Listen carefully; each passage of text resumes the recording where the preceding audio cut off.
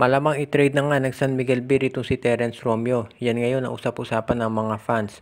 Dahil dito sa nangyari dito sa Game 6 kung saan nakita natin na itong si Terence Romeo ay naglaro lamang ng 7 minutes.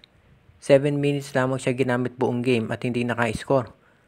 Nakita natin nung Game 2 na itong si Romeo ang naging bayani para dito sa San Miguel. Pero dito sa serie, dito sa pinaka-importanting Game 6, hindi man lang siya halos nagamit. Kaya marami nga nagtatanong kung ito na ba'y senyales na iti-trade na itong si Terence. Maraming players ng San Miguel pero hindi nila ginamit yung bench nila at itong si Terence ang pinaka-obvious.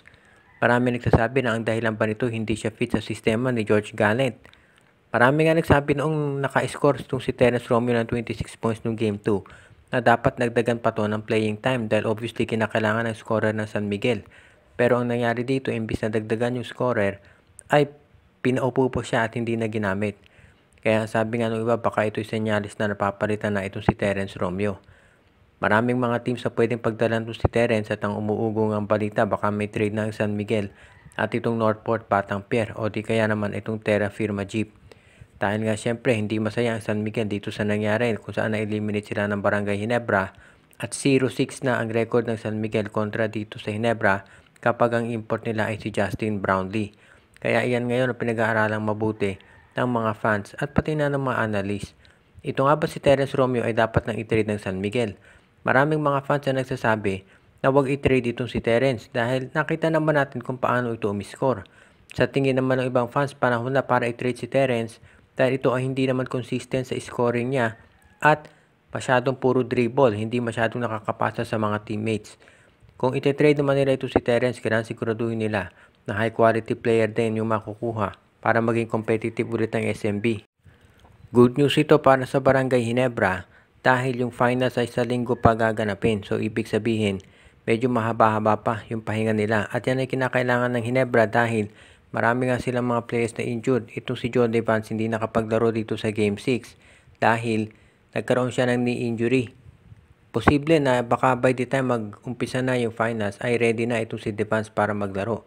At yan ay magiging good news para dito sa Barangay Ginebra. Kung sakasakali na makapaglaro si Devance, malaking bagay yan dahil kulang sa tao itong si Coach Tim Cone. At kinakailangan nila ito si Devance para pangguardia doon sa big men ng TNT Tropang Giga. Iyan ngayon ang kinakailangan nating abangan dito. Bukod yan, alam natin na itong Barangay Ginebra ay gusto rin gumawa ng mga trades para makasabay dito sa TNT Tropa. Tandaan natin, ang TNT wala pa dyan si Brandon Ganuelas Roser. So yan ang isang, sabihin na nating advantage ng Ginebra na hindi na nila kailangan pa makipag-deal dito kay Roser.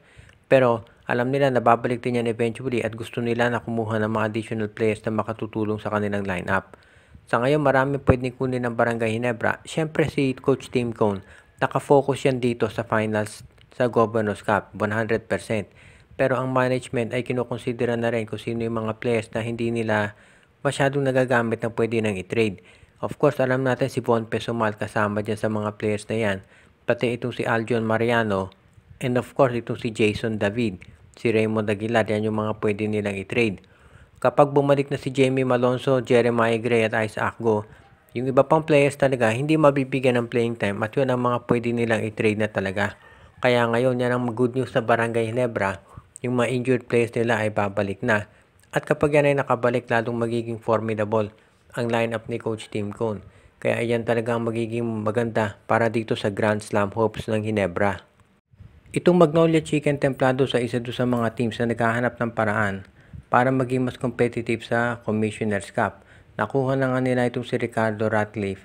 Pero meron pang mga ibang players na pwedeng makuha itong Magnolia Chicken Templados na magpapalakas dito sa kanilang lineup. Dahil syempre kinakailangan nila siguraduhin na magiging mas competitive sila ngayon dahil alam naman natin na baka ito na ang final conference dito si Chito Victolero or baka itong final season na niya. Hindi naman lingid ka at sa kaalaman ng lahat na malaki na ang pressure dito sa Magnolia para itong si Victolero ay mag-deliver. Yes, ang sinasabi ng iba, ito ay appointee ni Alfrancis Chua so malabong matanggal.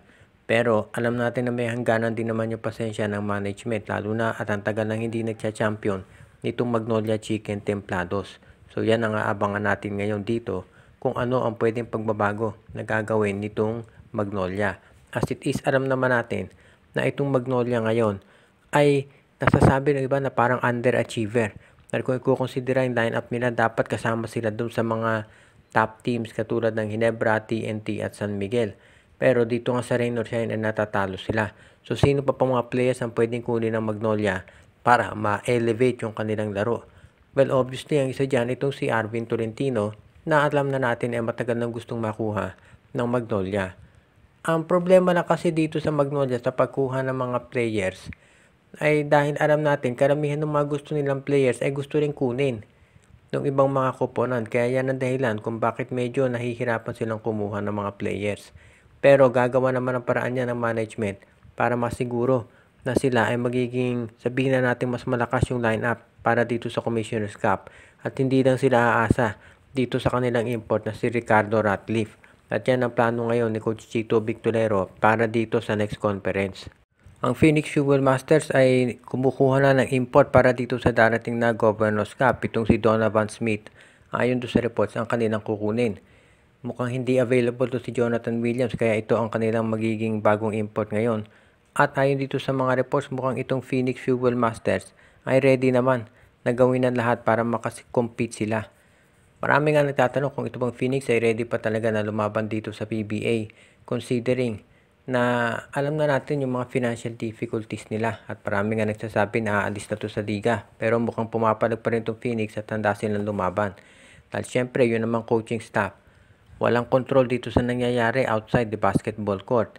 Kaya ang gagawin lang nila ay mag-focus para magbigay ng mas magandang laban para dito sa Phoenix Fuel Masters.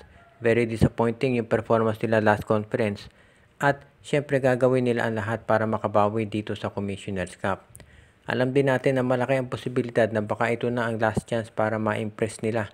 Ito si Jason Perkins at si Tyler Tio bago ito mag-request ng trade. Dahil syempre, hindi na bumabata itong si Perkins. At gusto niya syempre na maglaro doon sa team na makapagbibigay sa kanya ng kampyonato. At alam naman natin na iyan ay itong mga teams ng Converge, SMC at MVP Group. So malamang yan ang magiging usapan ngayon kung itong si Jason Perkins ay aalis na talaga sa Phoenix. Pero sa ngayon syempre nakafocus yan dito sa Commissioner's Cup dahil dyan ang magiging, sabihin na natin, last chance ng Phoenix para makapagbigay ng magandang laban dito sa iba't ibang koponan sa PBA. Kaya naman ng independent teams talaga kung may budget katulad ng Converge. Pero alam nga natin may mga issues dito sa Phoenix Fuel Masters. So yan ang abangan natin kung sakasakali nga na magkaroon sila ng magandang laban para dito sa Commissioner's Cup. At lahat ng yan, malaking bagay, nakadepende doon sa import na makukuha nila ngayon. Shout out kay Joseph Pineda, RG Bueno at Darina family, Joshua Giray, Espejo at Rosales family. Binabati din natin si Anthony Alon family, pati na rin si Jonel Alagon at si Lino Valles family, si Junjun, Angie, Patpat at B-Boy Matas, si Andrea, Alexis at Mitch Magares, Terdy, Dindin at Alfonso Balaba, Malyari Mascareñas, Lolito Kakayon, si Michael D, Alicia Garcia, Katsakino Dukusin, JJ Sibum, Edwin Carmona Jr., Ireneo Salangsang, pati na rin si Jason Mendoza, Enju, Dexter Domer at ng iba pa nating taga-subaybay.